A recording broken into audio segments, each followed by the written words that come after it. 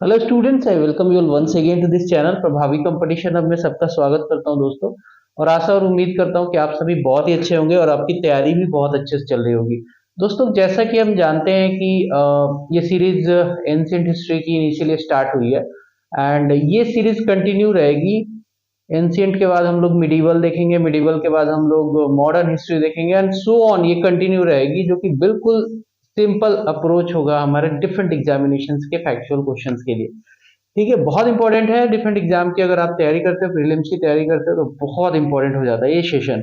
तो इससे पहले के भी सेशन है उसे जरूर देखिएगा। चलिए, आज का जो टॉपिक होने वाला है वो जैनिज्म है। अगर दोस्तों हम जैनिज्म की बात करें तो ये एक बेसिकली रिएक्शन के तौर पे उभरा था, क्योंकि उस समय ब्राह्मणिज्म काफी, ये बात मैं छठी शताब्दी के आसपास की कर रहा हूं, जब धर्म सुधार की बात चल रही थी, सोशल रिफॉर्म्स चल रहे थे, और जैनिज्म उसी समय आया, बुद्धिज्म उसी समय आया। तो ये जैनिज्म और बुद्धिज्म बेसिकली एक रिएक्शन के तौर पे देखा जाता है, क्योंकि उस समय ब्राह्मणिज्म जो था अपने परम मतलब जो है उसमें काफी बुराइयां आ चुकी थी, और अपने जो है कह सकते हैं कि पाप का घड़ा भर चुका था। ठीक है, उस समय जैनिज्म एक अलग रिलीजन के तौर पे आया और बहुत सारे लोगों ने इसे सब्सक्राइब किया। तो इसी टॉपिक को आज डिस्कस करने वाले हैं। आई होप आपको बहुत मजा आने वाला है। तो चलिए स्टार्ट करेंगे। सबसे पहले वर्ड से ही समझना जरूरी है कि जैनिज्म जो है, तो जैनिज्म क्यों कहा गया है, जैन का मतलब क्या होता है। तो दोस्तों, जैन एक वर्ड है। जैन जो शब्द है दोस्तों, ये जैन का मतलब होता है दोस्तों जिन। ठीक है, जैन का मतलब होता है जिन, और जिन का जो मतलब होता है, जिन का जो मतलब होता है वो होता है कनकरर। उसको कहते हैं हम लोग, क्या कहते हैं दोस्तों, कनकरर, जो कनकर कर ले हर चीज को। ठीक है, जिन का मतलब क्या होता है, जिन का मतलब विनर या फिर कनकरर कह सकते हैं। चलिए मैं विनर ही लिख देता हूं, विनर या कनकरर एक ही बात है। ठीक है, जैन शब्द है, जैन जो है बना है जिन से। जैन का मतलब जिन होता है, जिन का मतलब इन टर्म जो होता है वो होता है विनर। तो ये विनर जैनिज्म जो है, मतलब अपने इंद्रियों पे जो जीत पाले उसे जैन कहते हैं, उसे ही हम जिन कहते हैं। ठीक है, इंद्रियों के ऊपर, किसके ऊपर, इंद्रियों के, किसके ऊपर विनिंग करेगा भाई, कोई बैटल थोड़ी चल रही है, खुद के इंद्रियों को विन करना होता है जैनिज्म में। तो ये मूल इसका कॉन्सेप्ट है कह सकते हैं। ठीक है, मूल कॉन्सेप्ट है। इसके अलावा अगर बात करें तो जैनिज्म जो है इसके फाउंडर आदिनाथ को माना जाता है। ठीक है, जो कि पहले जो है इसके जो फाउंडर है उसको आदिनाथ को माना जाता है, फाउंडर आदिनाथ को माना जाता है। ठीक है, आदिनाथ को इसका फाउंडर माना जाता है। साथ में अगर बात करें इसके महात्मा की, तो महात्मा निर्ग्रंथ होते हैं इसमें।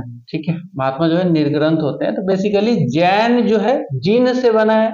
जिन जो है, जिन का मतलब विनर होता है, फाउंडर इसके आदिनाथ है। महावीर स्वामी को इनका एक्चुअल फाउंडर कहा जाता है, क्योंकि वो 24वें और आखिरी तीर्थंकर थे। इसमें तीर्थंकरा होते आए हैं, पहले तीर्थंकर, दूसरे, तीसरे, ऐसे करके 23वें जो है पार्श्वनाथ थे, और आखिरी तीर्थंकर जो है इसमें महावीर स्वामी थे। तो ये महावीर स्वामी ने इसको काफी मतलब प्रचार प्रसार इसका किया। पहले एक्सपेंशन इतना ज्यादा नहीं था, ये दुनिया में या फिर कह सकते हैं पूरे भारत में, साउथ में, पूरा महाराष्ट्र रीजन में फैलाने का काम, राजस्थान में माउंट आबू आपने सुना होगा, वहां पे जैन टेम्पल है, दिलवारा टेम्पल कहते हैं। तो ये सब काम जो है मतलब महावीर के आने के बाद ही हुआ है। महावीर को एक्चुअल फाउंडर माना जाता है। खैर, तो थोड़ा सा हम पार्श्वनाथ के बारे में देखेंगे, क्योंकि पार्श्वनाथ 23वें तीर्थंकर थे, और उन्हीं के बाद महावीर स्वामी ने इसको टेक ओवर किया था। So it's really important for us to know about the Parshvanath. तो 23rd तीर्थंकर के बारे में बात करेंगे। हम जानते हैं कि 23rd जो तीर्थंकर हैं वो पार्श्वनाथ है। पार्श्वनाथ है, ठीक है। किसकी बात कर रहे हैं हम,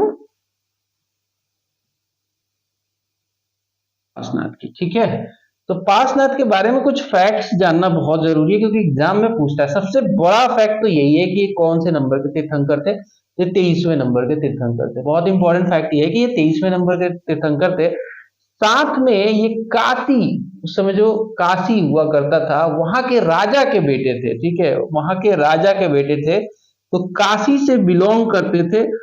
और काशी के राजा उस समय जो थे, जिनके ये बेटे थे, उनका नाम था अश्वसेन। अश्वसेन इनका नाम था। So he was son of he was son of Ashvasena who was king of Kashi. ठीक है, ये भी सवाल पूछता है कि कहां से बिलोंग करते थे, जन्म कहां हुआ था।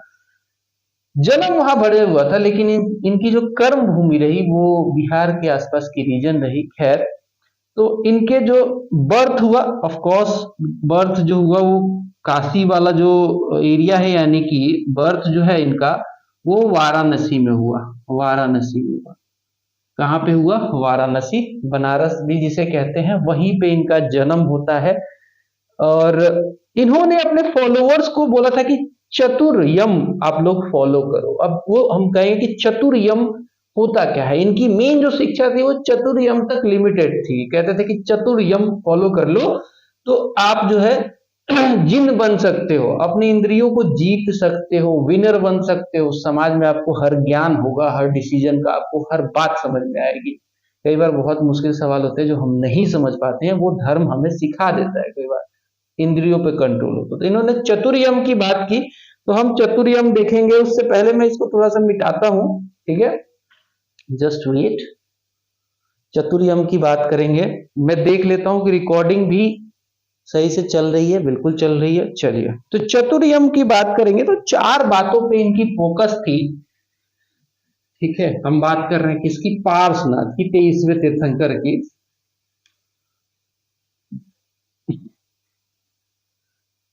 मुद्दे से भटकेंगे नहीं, चतुर्यम की बात करते हैं। चतुर्यम मतलब 4 शिक्षाएं थी बेसिकली इनकी। चतुर्यम में इन्होंने कहा कि ट्रूथ आपके अंदर होना चाहिए, आपको ट्रूथ फॉलो करना चाहिए। तो नंबर 1 इसमें है ट्रूथ। अच्छा, ट्रूथ को जो है एक शब्द से यहाँ पे कहा जाता है कि भाई हाँ ट्रूथ है, तो भाई हमेशा जो है आपको सही जो है बात बोलनी है, सच बोलना है। ठीक है, टू स्पीक ट्रूथ, हमेशा आप सच बोलो, ट्रूथ फॉलो करो। चतुर्यम में पहला हो गया। दूसरा इनका था कि भाई अस्तेया फॉलो करो, मतलब चोरी चकारी जो है नहीं करो। अस्तेया कहते हैं, अस्तेया का मीनिंग पूछ लेता है कई बार एग्जाम में। तो अस्तेया जो है नॉट टू स्टील। ठीक है, नॉट टू स्टील, या फिर स्टीलिंग इज प्रोहिबिटेड। ठीक है, स्टीलिंग जिसे चोरी कहते हैं, प्रोहिबिटेड, या फिर नॉट टू स्टील भी यहाँ पे कह सकते हैं अस्तेया को। फिर आता है तीसरे नंबर पे, इन्होंने कहा कि आप अपरिग्रह करो, मतलब कि संपत्ति ना रखो। ऐसा नहीं घर बना लिया उसमें तमाम सुख सुविधाएं लगा ली, वो नहीं। ये हमेशा बात करते थे कि अपरिग्रह करो, अपरिग्रह, अपरिग्रह। ठीक है, करो, ये फॉलो करो। इसका मतलब ये है कि नो कलेक्शन ऑफ प्रॉपर्टी, आपके पास प्रॉपर्टी नहीं होनी चाहिए। सारी लड़ाई तो आजकल प्रॉपर्टी की ही है। नो कलेक्शन ऑफ प्रॉपर्टी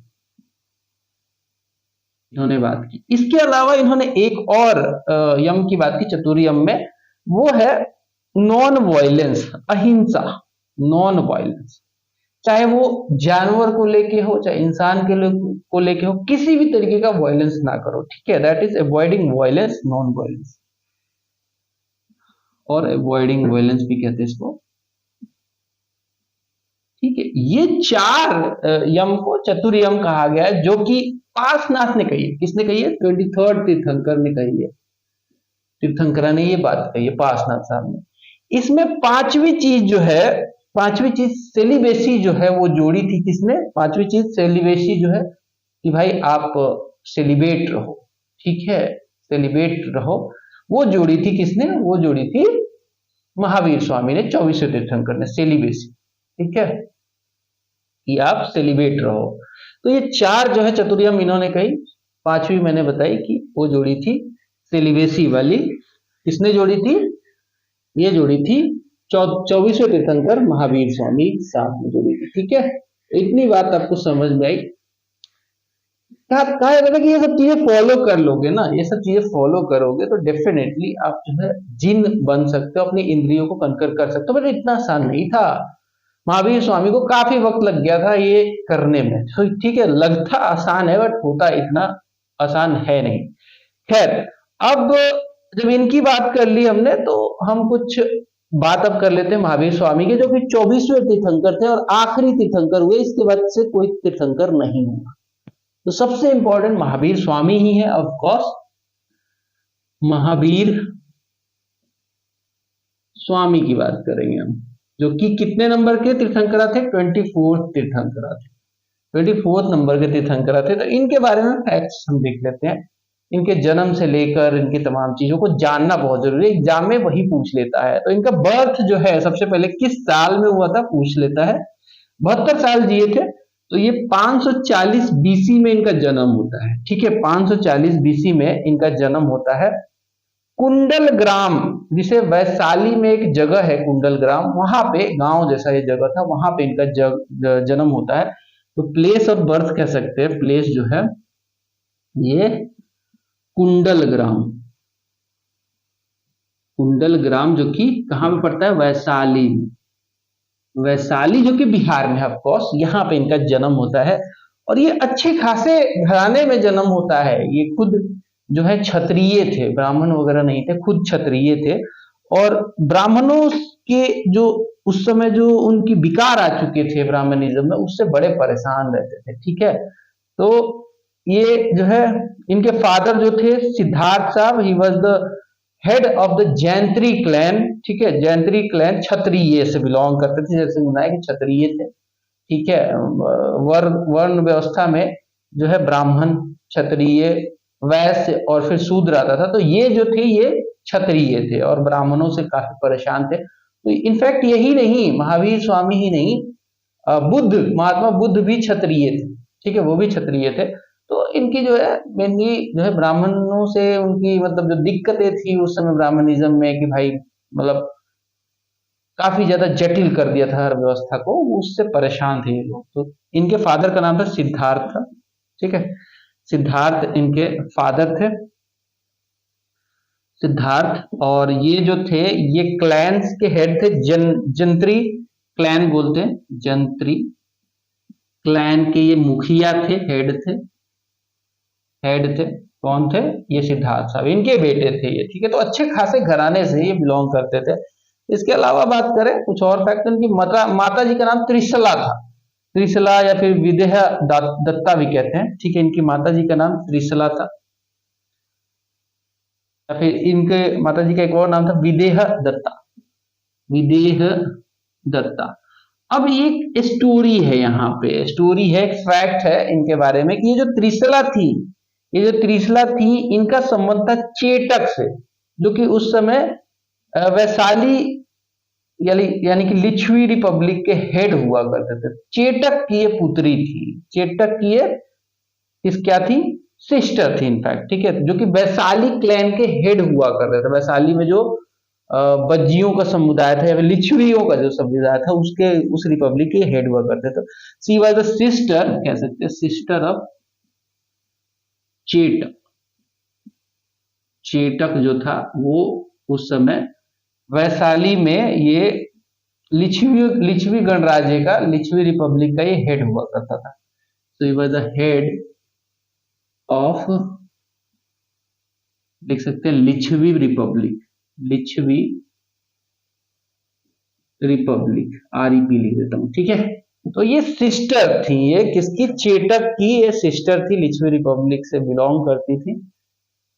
तो अच्छे खासे घर में जो है इनकी माताजी जो से मतलब आई थी और शादी हुआ था इनका पिताजी से। तो काफी इंपॉर्टेंट है, ये फैक्ट पूछ लेता है जो चेटक वाला है। ठीक है, चेटक वाला जो है पूछ लेता है। इसके अलावा वाइफ का नाम पूछता है। तो इनकी वाइफ का नाम क्या था? इनकी वाइफ का नाम था दोस्तों यशोदा। यशोदा इनकी वाइफ का नाम था। ठीक है, इनकी डॉटर का भी नाम पूछता है, तो डॉटर का भी देखेंगे। इनकी डॉटर का क्या नाम था? इनकी डॉटर का नाम था दोस्तों अनोजा। अनोजा, ये फैक्ट्स आपको बिल्कुल आपके जुबान पे होना चाहिए। या फिर इन्हीं का जो है प्रियदर्शना भी नाम था, अनोजा या फिर प्रियदर्शना भी कहते हैं। दर्शना, और इन्हीं से शादी हुआ था जमाली का, जो सन इन लॉ बने। और जमाली ही इनके मरने के बाद, महावीर स्वामी के बाद जो है वो इनके परम जो है भक्त थे, तो उन्हीं को हैंड ओवर किया गया था, जमाली साहब को, ठीक है, महावीर स्वामी ने हैंड ओवर किया था, ठीक है। तो इनके सन इन लॉ कौन थे? जमाली, जमाली थे इनके सन इन लॉ। यहाँ पे लिख देता हूँ, जमाली इनके हस्बैंड थे, प्रियदर्शना के हस्बैंड जमाली। और जमाली इस हिसाब से क्या हुए, उस हिसाब से जमाली जो है महावीर स्वामी के सन इन लॉ, ठीक है। तो इतनी कहानी जो है इनके बारे में फैक्ट्स है, ये आपको पता होना ही होना चाहिए। अच्छा ठीक है, अब आगे बढ़ेंगे। स्वामी जी के बारे में हमने जाना।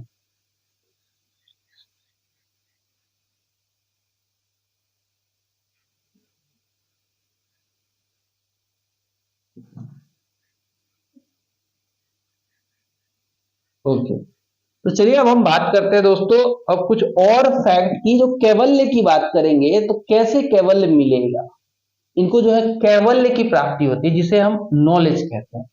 तो सवाल ये भी पूछ लेता है कि कैवल्य का मतलब क्या होता है जैनिज्म में। तो दोस्तों जैनिज्म में जो कैवल्य का मतलब होता है वो नॉलेज, ठीक है, अटेनमेंट ऑफ नॉलेज। तो यानी कि जब महावीर स्वामी को जब नॉलेज की प्राप्ति हुई, यानी कि जब जिन्न बने, तो वो नॉलेज जो है वो कैवल्य कहलाता है। तो इनको नॉलेज कहाँ मिली ये जानते हैं। सो इनको नॉलेज मिलती है अटेनमेंट ऑफ, कह सकते हैं अटेनमेंट ऑफ नॉलेज, यानी कि जिसे हम इन शॉर्ट कैवल्य कहते हैं, कैवल्य। ये जो कैवल्य है शब्द जो दोस्तों, ये कैवल्य यानी कि अटेनमेंट ऑफ नॉलेज इनको मिलती है नियर जृंभिक ग्राम, नियर जृंभिक ग्राम, जृंभिक ग्राम के पास जो है इनको नॉलेज मिलती है। On the bank of Riju पालिका रिवर, वेरी इंपॉर्टेंट, ये पूछता है, रिजु पालिका नदी के किनारे इनको जो है रिजु पालिका नदी के किनारे इनको ज्ञान की प्राप्ति होती है, नॉलेज यानी कि कैवल्य की प्राप्ति होती है। ये इस रिवर के किनारे जो है इनको प्राप्ति होती है। किस ट्री के अंडर ये प्राप्ति हुई? तो ये साल ट्री था, साल ट्री के नीचे ये तपस्या कर रहे थे, और फाइनली इनको जो है अटेनमेंट ऑफ नॉलेज यानी कि कैवल्य की प्राप्ति होती है जृंभिक ग्राम में, रिजु पालिका नदी के किनारे साल ट्री के नीचे इनको जो है ज्ञान की प्राप्ति हो जाती है। और जब इनको नॉलेज यानी कि कैवल्य की जब प्राप्ति होती है, तभी तभी ये कहलाते हैं महावीरा, तभी ये कहलाते हैं महावीर, ठीक है, महावीर कहलाते हैं। इसी के बाद कैवल्य की प्राप्ति के बाद ही महावीर कहलाते हैं। और इनके कुछ और नाम हो जाते हैं, इसके बाद इनके कुछ और नाम हो जाते हैं। उन नामों में कुछ नाम जैसे केवलीन, जैसे कि जिन्न, जैसे कि अरहत, जैसे कि निग्रंथ, इनके नाम हो जाते हैं। ये नाम पूछ लेता है केवलीन, जैसे नामों में देखें अदर नेम्स में, इसके बाद ही अदर नेम्स इनको मिलते हैं। तो अदर नेम्स में आता है केवलीन, केवलीन, फिर आता है जिन्न, फिर आता है इसी में अदर नेम्स की ही बात करें तो अरहत, अरहत, या फिर चौथा जो है निग्रंथा, निग्रंथ भी इनको कहा जाता है। अदर नेम्स इनके पड़ जाते हैं, ठीक है। इसी के बाद इनके पहले डिसाइपल परम भक्त जो मैंने बोला था, इनके खुद दामाद थे। फर्स्ट डिसाइपल जो थे इनके, वो थे कौन? फर्स्ट डिसाइपल थे जमाली साहब। तो यहां लिखेंगे कि फर्स्ट डिसाइपल जो थे, फर्स्ट डिसाइपल पर फर्स्ट जो है इनके जो डिसाइपल हुए वो हुए जमाली से, जो इनके दामाद थे, जमाली इनके दामाद ही थे। ही इंक्लूडेड ऑफ कोर्स सेलिबेसी, मैंने बताया जो चतुर्यम था उसमें सेलिबेसी इन्होंने ऐड किया था, तो सेलिबेसी इन्होंने ऐड कर दिया, सेलिबेसी पांचवा जो है। ब्रह्मचर्य जिसे कहते हैं कि ब्रह्मचर्य रहेंगे आप जीवन भर। बाकी तो मैंने कहा था ट्रूथ, नॉन वायलेंस, अस्तेया, अपरिग्रह, इसके अलावा सेलिबेसी जो है इन्होंने जोड़ा था। वो चार चीजें थी, 23rd तीर्थंकरा ने जोड़ी थी। पांचवी जो चीज है सेलिबेसी, ये जोड़ी थी महावीर स्वामी साहब ने, ठीक है, महावीर स्वामी साहब ने। और उन्होंने एक सिद्धांत दिया, वो बहुत इंपॉर्टेंट है, उसको मैं समझाने का आपको प्रयास करता हूं, ठीक है। एक सिद्धांत दिया इन्होंने, जिसे स्यादवाद की थियरी कहते हैं। स्यादवाद, स्यादवाद क्या है वो थोड़ा सा आप समझ लो। इन्होंने एक थियरी दिया जिसे स्यादवाद कहते हैं, और स्यादवाद का ही दूसरा नाम कह सकते हो अनेकांतवाद। तो अनेकांतवाद या फिर जो है स्यादवाद, स्यादवाद की जो थियरी दी थी इन्होंने दी थी। तो इसमें क्या है, ये स्यादवाद क्या है, अनेकांतवाद क्या है? स्यादवाद का मतलब शायद, आप किसी चीज को 100% सही नहीं कह सकते कि भाई यही सही है, मैंने कह दिया यही सही है। ये महावीर साहब नहीं कहते थे। महावीर साहब कहते थे कि किसी भी चीज का इतना कन्विक्शन ठीक नहीं है, कुछ भी चीज एकदम आपके हिसाब से नहीं हो सकती। वो कहते हैं कि आप हमेशा स्यादवाद में रहो, ये हो सकता है, इट मे बी वाला कॉन्सेप्ट है। अनेकांतवाद जिसे कहते हैं, स्यादवाद कहते हैं कि आप इतना वो मत करो। कई एक चीज के कई पहलू हो सकते हैं, एकांत अनेकांतवाद हो सकता है, स्यादवाद में रहो। तो आप इस बात को समझो कि जो ये स्यादवाद है, आप मतलब 100% किसी चीज को ऐसे नहीं कह सकते कि भाई यही होगा, मेरा तो मानना यही है कि यही होगा, ये ऐसा नहीं हो सकता है। स्यादवाद ये कि शायद से रिलेटेड है, उस समय के मतलब स्याद बोलते थे, इस समय शायद बोलते। तो ये वो थियरी है। अनेकांतवाद की मतलब एक चीज के बहुत पहलू हो सकते हैं, आप कन्विक्शन के साथ ये नहीं कह सकते यही होगा, ऐसा नहीं है, ठीक है। तो ये अनेकांतवाद और स्यादवाद की थ्योरी भी इन्होंने दी थी। इसके अलावा ही बिलीव, इनका था ही believed in the rebirth and Karma, ठीक है। ही बिलीव्ड इन रीबर्थ एंड कर्म, कर्म, इनमें ये विश्वास रखते थे। रीबर्थ और कर्मा में विश्वास रखा जाता था जैनिज्म में, और महावीर स्वामी तो रखते ही रखते थे। इनका डेथ जो होता है दोस्तों, डेथ जो है, डेथ इनका 527 बीसी में हो जाता है, ठीक है। 527 बीसी में इनका डेथ होता है। और कहाँ होता है, प्लेस पूछ लेता है। प्लेस जो है पावापुरी, पावापुरी जो कि नियर राजगीर पड़ता है, वहां पे इनका ध्यान होता है। लेकिन बिहार में इनका ध्यान होता है पावापुरी, पावापुरी, ठीक है। राजगीर में पड़ता है, नियर राजगीर, नियर राजगीर है ये, ठीक है, नियर राजगीर। पावापुरी में इनका ध्यान हो जाता है, ठीक है, क्या ध्यान पावापुरी में हो जाता है, ठीक है।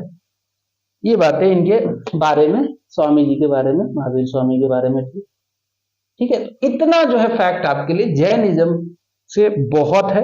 आपको फैक्ट के हिसाब से ये क्लास इतना ही मिलेगा, इससे ज्यादा कोई फैक्ट आपको याद करने की जरूरत नहीं है। कॉन्सेप्ट वाइज देखें तो पूरा डायनेमिक हो सकता है, जैसे कि इसका फैलाव, ठीक है, विभाजन जो हुआ था वो भी इंपॉर्टेंट है, ठीक है, कि जैसे बट गया था जैनिज्म, तो वो सब बारे में कुछ और फैक्ट्स देख लेंगे, ठीक है।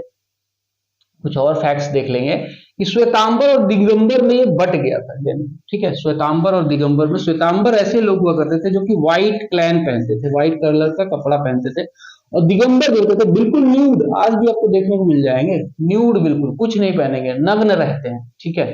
तो कुछ और सम ऑफ द इंपॉर्टेंट फैक्ट्स देख लेंगे, सम अदर इंपॉर्टेंट फैक्ट्स लिखता हूं।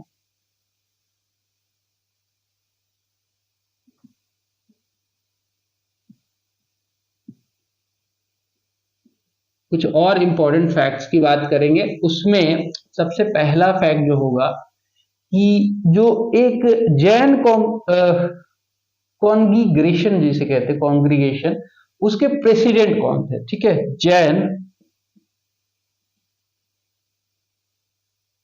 कॉन्ग्रीगेशन के जो है फर्स्ट प्रेसिडेंट कौन थे, पूछता है सवाल। फर्स्ट प्रेसिडेंट कौन थे, तो ये सवाल पूछ लेता है कई बार, तो आपको पता होना चाहिए। इसका आंसर है सुधर्मन, सुधर्मन, ठीक है, जैसे इसे सुधर्मा भी हिंदी में लिखते हैं, ठीक है। इसके अलावा पूछता है कि भाई जो दो भागों में बटा था, मैंने बताया था कि जैनिज्म जो दो भागों में बटा, ये थोड़ा सा देख लो। जैनिज्म जो है वो क्या हुआ, यहाँ पे दो भागों में बट गया। एक हो गया श्वेतांबरा, एक हो गया दिगंबरा। ये थोड़ी कहानी हुआ ये कि एक बार बहुत भीषण फ्लड आया, बहुत भारी बाढ़ आया बिहार वाले रीजन में, जिस रीजन में जैनिज्म फल फूल रहा था। तो बहुत सारे जो है लोग उस बारिश से और उस फ्लड से बचने के लिए साउथ चले गए। वो जो साउथ गए तो उनको लेके चले गए भद्रबाहु, ठीक है, भद्रबाहु लेके चले गए कि भाई चलो चलते हैं साउथ में। और वहां चले गए वो लोग। वहां जाने के बाद कुछ समय बाद जब लौटे तो भद्रबाहु तो चले गए वहां पे, और इधर स्थूल भद्र बच गए। जो बाकी लोग जो थे वो स्थूल भद्र के अधीन थे, मतलब उन्हीं के नेतृत्व में, अधीन नहीं कह सकते, नेतृत्व में काम कर रहे थे। तो जब ये आए वापस, जब सब कुछ नॉर्मल हो गया बिहार में, तो ये उस एरिया में नॉर्मल हो गया, तो ये लोग वापस आए। कौन? जो कि कुछ लोग चले गए थे उस समय फ्लड के दौरान, वो लोग वापस आए, भद्रबाहु लीड कर रहे थे, वापस आए। तो बोले कि ठीक है हम लोग वापस आ गए, फिर वापस काम करेंगे। तो इन दोनों में मतभेद हो गया। जो एक गुट यहाँ रह गई थी और जो गुट वापस आई थी, मतभेद हो गया कि तुम लोग बाहर चले गए, तुमने जैन के कोड को नहीं फॉलो किया होगा, ये वो तमाम चीज। तो ये दोनों जो है दो भागों में बट गए, दो भागों में बट गए। तो जो श्वेतांबर थे, जिसे स्थूल भद्र लीड कर रहे थे, ठीक है, श्वेतांबर को स्थूल भद्र जो है लीड कर रहे थे। ये इनकी नियम ये हुई कि भाई हम जो है व्हाइट कपड़े पहनेंगे। इसके फाउंडर स्थूल भद्रा को कहा जाता है। और दिगंबर के जो थे वो भद्रबाहु में, भद्रबाहु, जिन्होंने कहा कि हम लोग जो है बिल्कुल नेक्ड रहेंगे, कपड़े नहीं पहनेंगे, बिल्कुल नेक्ड रहेंगे, ठीक है।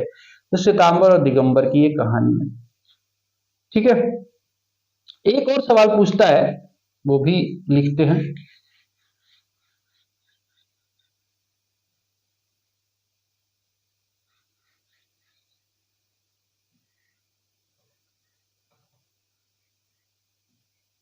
एक और सवाल पूछ लेता है कि भाई जो ये प्रेसिडेंट थे फर्स्ट जैन काउंसिल, दो ही जैन काउंसिल हुए, फर्स्ट एंड सेकंड। तो जो फर्स्ट जैन काउंसिल हुआ था, फर्स्ट जैन काउंसिल, और काउंसिल इसलिए होता था ताकि संग्रह किया जा सके, टेक्स्ट को एक जगह इकट्ठा किया जा सके, मतलब जो महावीर स्वामी की जो बातें थी उसको इकट्ठा एक जगह किया जा सके। तो फर्स्ट जो काउंसिल हुआ था, जैन काउंसिल जिसे कहते हैं, उसके प्रेसिडेंट पूछ लेता है, उसके प्रेसिडेंट कौन थे। तो उसके प्रेसिडेंट कौन थे, इसका सही आंसर है स्थूल भद्रा। स्थूल भद्रा, वही जो कि श्वेतांबर के फाउंडर थे। आप ट्रिक लगा सकते हैं, स्थूल भद्रा, श्वेतांबर, एस एस से, ठीक है। इसके अलावा जो है जो सेकेंड जैन काउंसिल हुआ था, सेकेंड जैन काउंसिल जो हुआ था, सेकेंड यहाँ पे ऐसे कर देता हूँ, सेकेंड जो जैन काउंसिल हुआ था उसके जो प्रेसिडेंट थे वो कौन थे? देवाधिगम, ठीक है। देवाधिगम, देवाधिगम, उनका नाम थोड़ा सा यूनिक है। क्षमा श्रमण, क्षमा समा, ठीक है, श्रमण, ये एक ही व्यक्ति है। इनके ये जो है प्रेसिडेंट है। और ये सवाल पूछा जाता है, ये बल्लभी में हुआ था, ये जो फर्स्ट जो सेकंड काउंसिल हुआ था बल्लभी में हुआ था, काफी इंपोर्टेंट, गुजरात में पड़ता है, बल्लभी में हुआ था। इसके अलावा पूछता है कि जैन लिटरेचर को क्या कहते हैं? जैन लिटरेचर को क्या कहते हैं? जैन लिटरेचर को क्या कहते हैं? जैन लिटरेचर को दोस्तों अगम कहा जाता है। अगम, जिसे थियरी भी कहते हैं, अगम, या फिर जिसे थियरी भी कहते हैं। जैन लिटरेचर को क्या कहा जाता है? अगम कहा जाता है। इसके अलावा एक और फैक्ट पूछता है कि भाई पार्श्वनाथ जो थे वो 23वें तीर्थंकर थे, ऐसे करके 1 2 3 4 5 ऐसे 24 तीर्थंकर हुए, सबकी अपनी अपनी जो है एक सिंबल थी। तो ये सवाल पूछ लेता है बार बार कि पार्श्वनाथ जो थे, पार्श्वनाथ जो थे, इनकी सिंबल क्या थी, इनको कैसे दर्शाया जाता था? तो ये स्नेक से दर्शाए गए हैं, सांप से दर्शाए गए। इसके अलावा फाउंडर ऑफ आजीवक सेक्ट कौन थे? एक अलग ही सेक्ट बना, फाउंडर ऑफ आजीवक संप्रदाय जिसे कहते हैं। आजीवक सेक्ट के फाउंडर कौन थे? आजीवक सेक्ट के फाउंडर कौन थे, ये पूछ लेता है। और ये थे मखाली घोष, मखाली गोसल, ठीक है, मखाली गोसल। ये सवाल बहुत इंपॉर्टेंट पूछता है। तो इतना जो है बहुत है जैनिज्म के लिए। That's all from this video. I hope आपको ये वीडियोस पसंद आ रही है। लाइक शेयर सब्सक्राइब सब कुछ किया करो। मिलेंगे अगले वीडियो में। Bye bye.